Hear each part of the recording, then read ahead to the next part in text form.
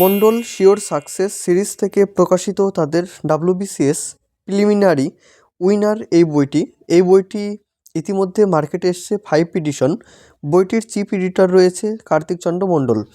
এই বইটিতে আমরা টোটাল 35টি সেট মূলত দেখতে পাবো এবং প্রিভিয়াস ইয়ারের প্রশ্ন দেখতে পাবো 2017 থেকে 2023 পর্যন্ত টোটাল WBCS এর প্রিভিয়াস ইয়ার প্রশ্ন রয়েছে এবং সেই প্রশ্নগুলোর কিন্তু এক্সপ্লেনও আমরা এই বইটির ক্ষেত্রে দেখতে পাবো এবং 35টি প্র্যাকটিস সেট রয়েছে এবং 35টি প্র্যাকটিস সেটের সাথে কিন্তু সেই সলিউশনগুলো কিন্তু থাকছে এবং বইটিতে টোটালটাই up to date current affairs কিন্তু রয়েছে। মন্ডল প্রকাশনী থেকে বইটি প্রকাশিত হয়েছে। এই ফ্রন্ট পেজটা তোমরা এরকম দেখতে পাবে এবং বইটির যেটা থিকনেসটা ঠিক এই লেভেলেরই কিন্তু রয়েছে। যদি বইটির বৈশিষ্ট্য নিয়ে কথা যদি বলি তাহলে বইটির বৈশিষ্ট্য এখানে বইটিতে তোমরা বৈশিষ্ট্য দেখতে পাবে পরপর সাজিয়েছে। যেমন বইটিতে WBCS প্রিলিমিনারি 2017 থেকে 2023 সালের প্রশ্নগুলির অধ্যায়ভিত্তিক ব্যাখ্যাসহ সমাধান দেওয়া হয়েছে। 35টি প্র্যাকটিস সেট ও তার ব্যাখ্যাসহ সমাধান দেওয়া হয়েছে। WBCS প্রিলিমিনারি 2024 সালের জন্য update month wise current affairs প্রদান করা হয়েছে এবং বইটির যদি মুদ্রিত মূল্য বলি তাহলে বইটির মুদ্রিত মূল্য রয়েছে 590 টাকা। কেউ যদি মনে করো বইটি অনলাইন থেকে পারচেস করবে সেক্ষেত্রে এই বইটির যে অনলাইন পারচেস লিঙ্ক থাকবে সেটি আমি আমার ডেসক্রিপশনে দিয়ে রাখবো, তোমরা সেখান থেকে পারচেস করে নিতে পারো বা আমি যে দোকান থেকে মূলত বইগুলো সংগ্রহ করে থাকি অপুদার কাছ থেকে তোমরা তার কাছ থেকেও কিন্তু একটা ভালো ডিসকাউন্টের আকারে পেয়ে যাবে। তো তার নাম্বার অবশ্যই ডেসক্রিপশনে দিয়ে রাখবো, তোমরা সেখান থেকে কথা বলে নিও। তাহলে এই ভিডিওতে আজকে আমরা কথা বলবো এই WBCS প্রিলিমিনারি উইনার এই বইটি নিয়ে। তোমরা চ্যানেলে যদি নতুন হয়ে থাকো অবশ্যই সাবস্ক্রাইব করে রেখো, কারণ এই চ্যানেলে মূলত বিভিন্ন সরকারি চাকরির বইয়ের কিন্তু আমি রিভিউ নিয়ে আসি। তো অবশ্যই সকলেই সাবস্ক্রাইব করে রেখো এবং আমাদের যেটা টেলিগ্রাম গ্রুপের লিঙ্ক রয়েছে সেটি ডেসক্রিপশনে দেওয়া থাকবে, তোমরা সেখান থেকে জয়েন হয়ে যেও। এবং ভিডিওটা শুরু করার আগে তোমাদের যদি ভিডিওটা ভালো লেগে থাকে অবশ্যই লাইক করে দিও। তো এই বইটি দেখো অনেকগুলোই পরপর কিন্তু এডিশন এসছে। যেমন ফার্স্ট এডিশন যদি বলি তাহলে জানুয়ারি 2021 সালে এসেছিলো, second addition July 2021, third edition April 2022, fourth addition October 2022 এবং 5 এডিশন জানুয়ারি 2024। বইটির দাম সেটি তো আমি উল্লেখ করেছি, 590 টাকা কিন্তু বইটির দাম রয়েছে এবং এই বইটির পেজ কোয়ালিটি বা বাইন্ডিং কোয়ালিটি কিন্তু যথেষ্ট ভালো রয়েছে। তো টোটাল পেজ সংখ্যার কথা যদি বলি তাহলে টোটাল পেজ সংখ্যা কিন্তু সেইভাবে দেওয়া নেই, এখানে প্রত্যেকটি সাবজেক্ট ওয়াইজ অনুযায়ী কিন্তু এই তোমার পেজ সংখ্যা সাজিয়েছে। তো সূচিপত্রতে দেখে নাও যে সূচিপত্রতে কি কি থাকছে।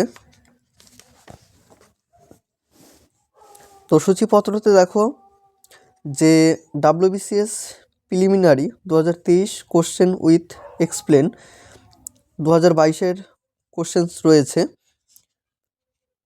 এবং এডিটর্স যেটা মোস্ট ইম্পর্টেন্ট এই বইটির ক্ষেত্রে এডিটর্স, ইংলিশের এডিটর্স কি রয়েছে geography, history, India polity, Indian economy, physics, chemistry, biology and EVS, general mental ability, arithmetic. তো প্রভৃতির এই এডিটরগুলো কিন্তু তোমরা এখানে দেখতে পাবে, তোমরা চাইলে একটু স্ক্রিনশট করে নিয়ে দেখে নিও। তো সূচিপত্রতে দেখো English phrasal verb, preposition, idiom, one word, synonym, antonym, miscellaneous প্রভৃতি প্রশ্নগুলো রয়েছে।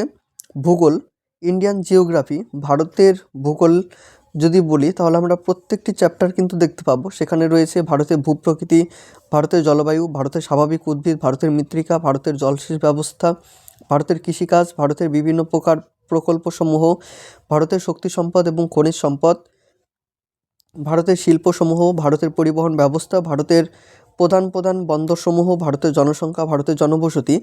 তারপর রয়েছে পশ্চিমবঙ্গের ভূগোল। পশ্চিমবঙ্গের ভূগোলে প্রত্যেকটি চ্যাপ্টার রয়েছে, যেমন পশ্চিমবঙ্গের নদ নদী, পশ্চিমবঙ্গের কৃষিকাজ, পশ্চিমবঙ্গের শিল্পসমূহ, পশ্চিমবঙ্গের শহর এবং বন্দর, পশ্চিমবঙ্গের জনসংখ্যা, মানচিত্র এবং বিজ্ঞান এবং বিবিধ।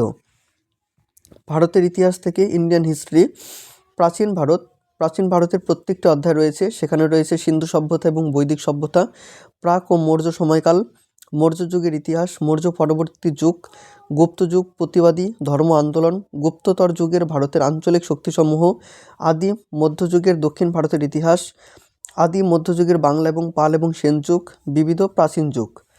মধ্যকালীনে রয়েছে আরব আক্রমণ, দিল্লি সুলতানি, মুঘল যুগ, মধ্যযুগের আঞ্চলিক শক্তিসমূহ, বিবিধ মধ্যযুগ। আধুনিক ভারত, আধুনিক ভারতে রয়েছে অষ্টাদশ শতকের আঞ্চলিক রাজ্যসমূহ, ইউরোপীয় শক্তির সম্প্রসারণ, আধুনিক ভারতের শিক্ষা এবং সমাজ সংস্করণ, ঊনবিংশ এবং বিংশ শতকের সংবাদপত্র এবং বিভিন্ন গ্রন্থ, উপনিবেশিক প্রশাসন, অর্থ এবং ভূমি ব্যবস্থা, মহাবিদ্রোহ 1857, উপনিবেশ শতকের কৃষক উপজাতি বিদ্রোহ, ভারতের গভর্নর এবং জেনারেল 1757 থেকে 1857।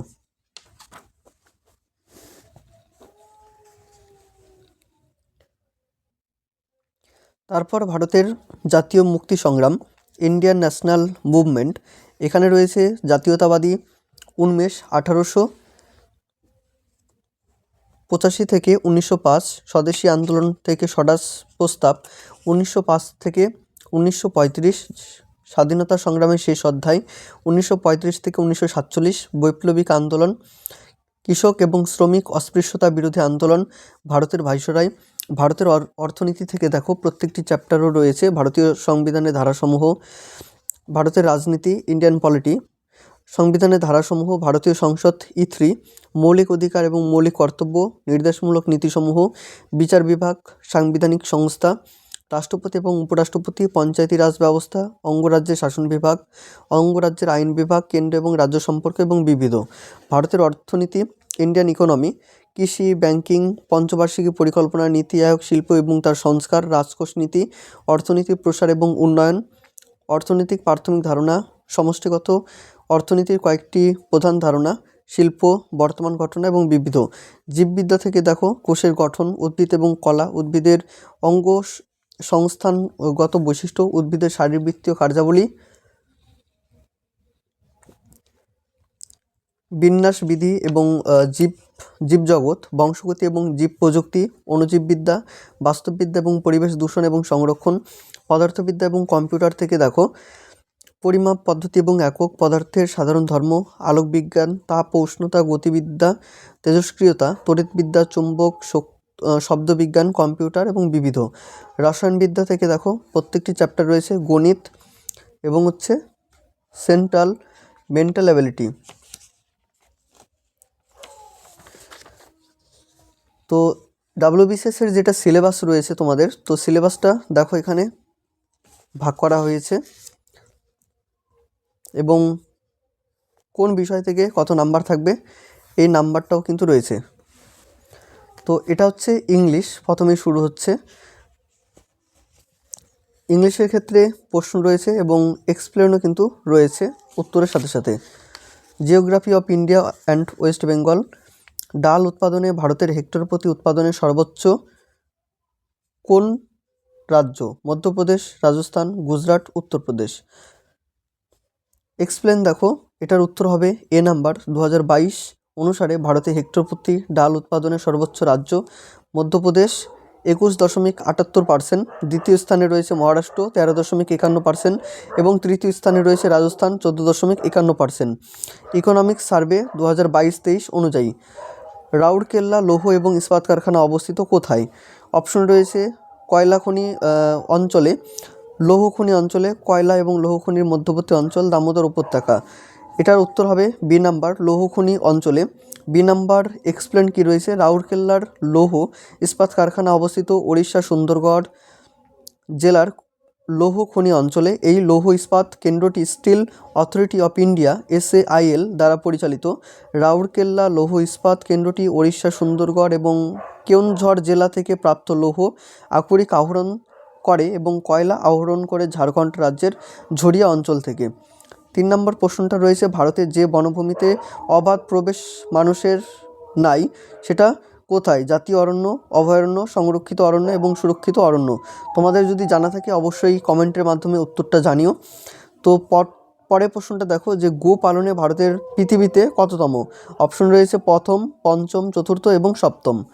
লাদাখ মালভূমি অঞ্চলে মানুষের মৃত্যু বেশি হয় যে বৃষ্টিতে, সীমান্ত বৃষ্টি, শিলাবৃষ্টি, মেঘভাঙ্গা বৃষ্টি এবং পরিচলন বৃষ্টি। হিস্ট্রির প্রশ্ন রয়েছে, তো হিস্ট্রির প্রশ্ন আমি কয়েকটা দেখাচ্ছি। যে কে পর্যবেক্ষণ করেছিলেন যে বাস্তবে কংগ্রেস একটি অন্তহীন গৃহযুদ্ধ ছাড়া আর কিছুই নয়? অপশনে রয়েছে লর্ড ডাফরিন, বি নাম্বার রয়েছে M A Jinnah, C number Sher Syed Ahmed Khan, Lord Curzon. Explain C number Sher Syed Ahmed Khan. Sher Syed Ahmed Khan ভারতের প্রথম দ্বিজাতি তত্ত্বের উদ্ভাবক রূপে হিন্দু এবং মুসলিমদের দুটি পৃথক জাতি বলে উল্লেখ করেন। তিনি কংগ্রেসকে একটি হিন্দু সংগঠন এবং তার আন্দোলনকে অস্ত্রবিহীন গৃহযুদ্ধ বলে মন্তব্য করেন। 1889 খ্রিস্টাব্দে কংগ্রেস বিরোধিতা এবং ব্রিটিশ সরকারের প্রতি আনুগত্যের পুরস্কার হিসাবে শের সৈয়দ আহমেদ স্যার বা নাইট উপাধিতে ভূষিত হন। পরের প্রশ্নটা রয়েছে শিখদের দশম এবং শেষ গুরুর নাম কি? অপশনে রয়েছে গুরু Ramdas, B number Guru Hargobind, C number Guru Gobind, D number Guru Tegh বাহাদুর। এক্সপ্লেন দেখো, সি নাম্বার উত্তর হবে গুরু গোবিন্দ। শিখদের দশম এবং শেষ গুরু ছিলেন গুরু গোবিন্দ সিং। তিনি ছিলেন খালসা বাহিনীর প্রতিষ্ঠাতা। গুরু গোবিন্দ সিং দশম পাতশাহ কি গ্রন্থ সংকলন করেছিলেন? এটি গুরুমুখী ভাষায় রচনা করেছিলেন। তো এইভাবে তোমরা প্রত্যেকটিরই কিন্তু এক্সপ্লেন দেখতে পাবে। অজস্র প্রশ্ন রয়েছে। তো ইন্ডিয়া ইকোনমি থেকে কিছু প্রশ্ন দেখো, যে কোনটি ভারতের অর্থনীতি মুদ্রাস্ফীতির প্রভাব ফেলেছে? অপশন রয়েছে বাজারে আরবিআই নতুন বন্ড প্রকাশ করেছে, 2 নাম্বার আরবিআই এসএলআর কমাচ্ছে, 3 নাম্বার আরবিআই ব্যাংক হার বাড়াচ্ছে, 4 নাম্বার সিআরআর অবলুপ্ত করা হয়েছে। তো এক্সপ্লেন দেখো, সি নাম্বার হবে, শুধু 2 এবং 4 এটার হচ্ছে উত্তর। তো এক্সপ্লেন এমনটা রয়েছে যে আরবিআই যদি বাণিজ্যিক ব্যাংকগুলির এসএলআর এর হার কমায় এবং সিআরআর জমার পরিমাণ কমিয়ে দেয়, তাহলে বাণিজ্যিক ব্যাংকগুলির হাতে নগদ অর্থের যোগান বাড়বে। তারা জনগণকে বেশি পরিমাণে লোন প্রদান করবে, যার ফলশ্রুতি বাজারে মার্কেট অর্থের পরিমাণ বেড়ে মুদ্রাস্ফীতি সৃষ্টি হবে। পরের প্রশ্ন রয়েছে ভারতীয় সংবিধানে পঞ্চবার্ষিকী পরিকল্পনার ধারণা নেওয়া হয়েছে নিম্নলিখিত কোন দেশ থেকে? অপশনে রয়েছে রাশিয়া, ইংল্যান্ড, মার্কিন যুক্তরাষ্ট্র এবং জার্মানি। এটার উত্তর হবে এ নাম্বার রাশিয়া। 1938 সালে সোভিয়েত ইউনিয়ন প্রথম প্রচলন করে পঞ্চবার্ষিকী পরিকল্পনা। পরবর্তীতে পৃথিবীর 1/3 এই ধরনের অর্থনীতি পরিকল্পনা ধারণা ছড়িয়ে দেয়। স্বাধীনতার পর ভারতবর্ষে সোভিয়েত ইউনিয়ন ধাঁচে পঞ্চবার্ষিকী পরিকল্পনার ধারণা গ্রহণ করেছিলেন। এটা হচ্ছে জেনারেল সায়েন্স। জেনারেল সায়েন্সের মধ্যে এটা হচ্ছে বায়োলজি শুরু হচ্ছে। তো বায়োলজি হচ্ছে, দেখো প্রথম প্রশ্নটা, মানুষের ক্ষুদ্রতম এবং বৃহত্তম অন্তঃক্ষরা গ্রন্থিদ্বয়ের জোড়াটি হলো কি? তো অপশন রয়েছে pituitary, thyroid, B number thyroid pituitary, C number pineal body ডিম্বাশয়, পিনিয়াল বডি থাইরয়েড। এক্সপ্লেন দেখো, ডি নাম্বারটা হবে। মানুষের ক্ষুদ্রতম এবং বৃহত্তম অন্তঃক্ষরা গ্রন্থিদ্বয়ের জোড়াটি হলো পিনিয়াল বডি থাইরয়েড। পিনিয়াল গ্রন্থির অবস্থান মস্তিষ্কের কেন্দ্রে 2 গোলার্ধের মধ্যে থাকা এপিথ্যালামাসের ভেতরে। এটি কোরিয়াম বা এপিফাইসিস সেরিব্রি নামেও পরিচিত। থাইরয়েড গ্রন্থির অবস্থান গ্রীব্বাতে। এই গ্রন্থি থেকে থাইরয়েড হরমোন নিঃসৃত হয়। পরের প্রশ্নটা, মায়োপিয়ার কারণটি হলো অক্ষিগোলকের সংকোচন, অক্ষিগোলকের প্রসারণ, অপটিক স্নায়ুর শুষ্কতা, সবকটি ঠিক। এক্সপ্লেন দেখো, বি নাম্বারটা হবে। মায়োপিয়ার কারণটি হলো অক্ষিগোলকের প্রসারণ। অক্ষিগোলকের ব্যাসার্ধ বেড়ে গেলে বা চোখের লেন্সের ফোকাস দূরত্ব কমে গেলে এই ত্রুটি দেখা যায়। এই ত্রুটির সমাধানের জন্য অবতল লেন্স ব্যবহার করা হয়। তো এটা বায়োলজি, ফিজিক্স, কেমিস্ট্রি। এটা হচ্ছে রিজনিং। এটা হচ্ছে অ্যারিথমেটিক। অ্যারিথমেটিকের যে সমস্ত প্রশ্নগুলো রয়েছে প্রত্যেকটির কিন্তু সমাধান রয়েছে। জেনারেল নলেজ এবং কারেন্ট অ্যাফেয়ার্স। এটা হচ্ছে ইংলিশ, যে WBCS প্রিলিমস পরীক্ষায় ইংলিশের প্রস্তুতি কিভাবে নেবেন সেই সম্পর্কে বর্ণনা দিয়েছে। তো প্রথমে এখান থেকে হচ্ছে মূল আমাদের যে বিষয়গুলো শুরু হচ্ছে, ইংলিশ, ফ্রেজাল ভার্ব কাকে বলা হয়। তারপরে রয়েছে WBCS প্রিলিমস 2020 সালের প্রশ্ন, WBCS প্রিলিমস 19-এর প্রশ্ন। তো ফ্রেজাল ভার্ব থেকে যে সমস্ত প্রশ্নগুলো করা হয়েছিল বিভিন্ন বছরে, সেই বছরগুলোর উল্লেখ কিন্তু দিয়েছে। 2019, 2018, 2021। এটা হচ্ছে জিওগ্রাফি। জিওগ্রাফির প্রস্তুতি কিভাবে তুমি নেবে সেই সম্পর্কে লেখক এখানে বলেছে। যেমন ধারণা তৈরি তুমি কিভাবে করবে, অ্যাটলাস বা ওয়ার্ল্ড ম্যাপ তুমি কিভাবে করবে, গতিশীল বিষয়গুলো কেমন হতে পারে, বা রেফারেন্স বই কি কি নেওয়া যেতে পারে, নোটস তৈরি এবং প্র্যাকটিস কিভাবে করা যেতে পারে। এখান থেকে হচ্ছে জিওগ্রাফির প্রশ্ন শুরু হচ্ছে। ভারতের ভূগোল, যেমন ভারতের ভূগোল WBCS প্রিলিমস 2020 সালে প্রশ্ন আসা একটি প্রশ্ন, যে কখন মাদ্রাস রাজ্যটি আনুষ্ঠানিকভাবে তামিলনাড়ু হিসাবে নামকরণ করা হয়। অপশন রয়েছে 14 জানুয়ারি 1969, বি নাম্বার 14 ডিসেম্বর 1969, 27 জানুয়ারি 1969, 16 আগস্ট 1969। এক্সপ্লেন দেখো, এ নাম্বারটা হবে 14 জানুয়ারি 1969 সালে। তো এক্সপ্লেন রয়েছে যে ভারত সরকার 1950 সালের 26 জানুয়ারি মাদ্রাস রাজ্য গঠন করে। মাদ্রাস রাজ্যের মধ্যে তখন তামিলনাড়ু, উপকূলীয় অন্ধ্র বা রায়লসীমা, উত্তর এবং মধ্য কেরালার মালাবার অঞ্চল, বেল্লারি, দক্ষিণ কানাড়া অন্তর্ভুক্ত ছিল। 1953 সালে উপকূলীয় অন্ধ্র এবং রায়লসীমা নিয়ে অন্ধ্রপ্রদেশ গঠিত হয়েছিল, আর দক্ষিণ কানাড়া ও বেল্লারি জেলা মহীশূর রাজ্যের সঙ্গে যুক্ত হয়েছিল এবং মালাবার জেলা ত্রিবাঙ্কুর কোচিনের সঙ্গে যুক্ত হয়। 1956 সালে কেরালা রাজ্য গঠিত হয়েছিল। এরপর 1969 সালের 14 জানুয়ারি মাদ্রাস রাজ্যটি তামিলনাড়ু হিসাবে নামাঙ্কিত হয়েছিল। তখন মুখ্যমন্ত্রী ছিলেন CN আন্নাদুরাই। 2 নাম্বার রয়েছে চুম্বি উপত্যকা কোন সীমান্তে রয়েছে। অপশন রয়েছে সিকিম ভুটান, নেপাল সিকিম, বিহার নেপাল এবং অসম বাংলাদেশ। এটার উত্তর হবে সিকিম ভুটান। WBCS প্রিলিমস 2019-এর আসা একটি প্রশ্ন। তো এইভাবে তোমরা এই প্রিভিয়াস ইয়ারের প্রশ্নগুলো দেখতে পাবে। এটা হচ্ছে পশ্চিমবঙ্গের ভূগোল। পশ্চিমবঙ্গের ভূগোল থেকে কোন বছরে কোন প্রশ্নটি এসছে তোমরা একটা আন্দাজ করে নিতে পারো। এটা হচ্ছে ইন্ডিয়া হিস্ট্রি। তো এখানেও ঠিক একইভাবে ধারণা কিভাবে তৈরি করবে, রেফারেন্স বই তুমি কি কি নেবে, নেগেটিভ মার্কিং কেমন হয় সেই সম্পর্কে কিন্তু বর্ণনা দিয়েছে। ইন্ডিয়া হিস্ট্রি, প্রাচীন ভারত, সিন্ধু সভ্যতা এবং বৈদিক সভ্যতা থেকে প্রশ্ন এসছিল। WBCS প্রিলিমস 2020, যে আদি ঋগ্বৈদিক যুগে কোন দুটি প্রতিনিধিমূলক সমাবেশের নাম পাওয়া যায়। অপশন রয়েছে সমিতি, বি নাম্বার রয়েছে সভা, সমিতি এবং সঙ্গম উভয়, A ও B। সি নাম্বার হবে সমিতি এবং সঙ্গম। যেমন আদি ঋগ্বৈদিক যুগে সভা এবং সমিতি নামক দুটি পরামর্শমূলক সভার উল্লেখ পাওয়া যায়। রাজ্যের অভিজ্ঞ এবং বয়োজ্যেষ্ঠ ব্যক্তিদের নিয়ে গঠিত হতো সভা, অন্যদিকে রাজ পরিবারের সদস্যদের নিয়ে গঠিত হতো সমিতি। সমিতিতে নারীরা অংশগ্রহণ করতে পারত।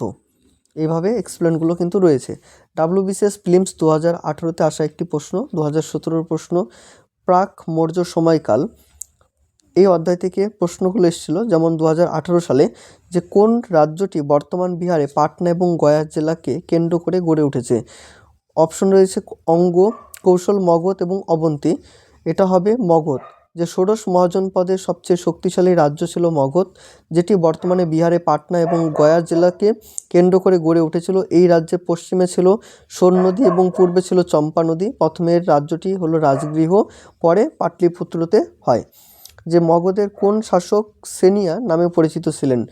অপশন রয়েছে বিম্বিসার, অজাতশত্রু, মহাপদ্মনন্দ, চন্দ্রগুপ্ত মৌর্য। আধুনিক ভারত থেকে অষ্টাদশ শতকের আঞ্চলিক রাজ্যসমূহ। এটা হচ্ছে ইন্ডিয়ান ন্যাশনাল মুভমেন্ট থেকে আসা প্রশ্ন।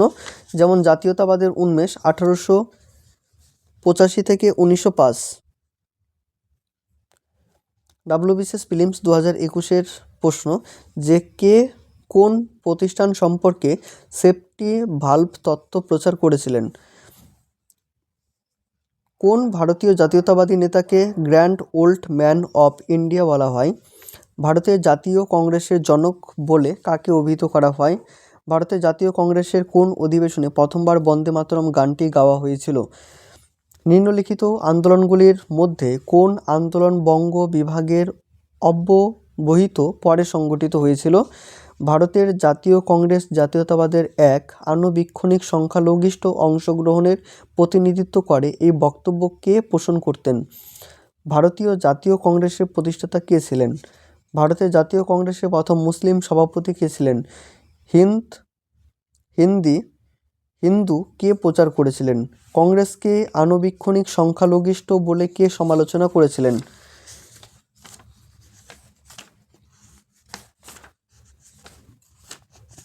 তারপরে ইন্ডিয়ান পলিটি থেকে প্রশ্ন, ইন্ডিয়ান ইকোনমি, এটা বায়োলজি,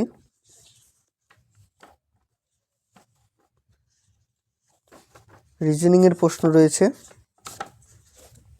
এবং হচ্ছে অ্যারিথমেটিক।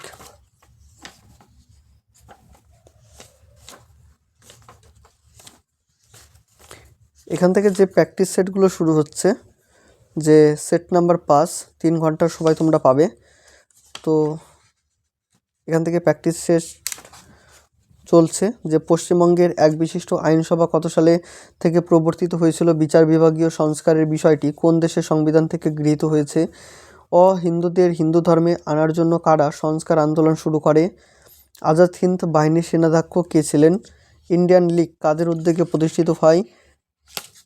মিনিমাম ওয়েজ অ্যাক্ট কবে গৃহীত হয়?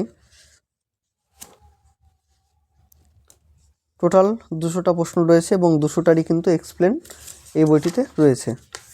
তো এইভাবে প্র্যাকটিস সেটগুলো চলছে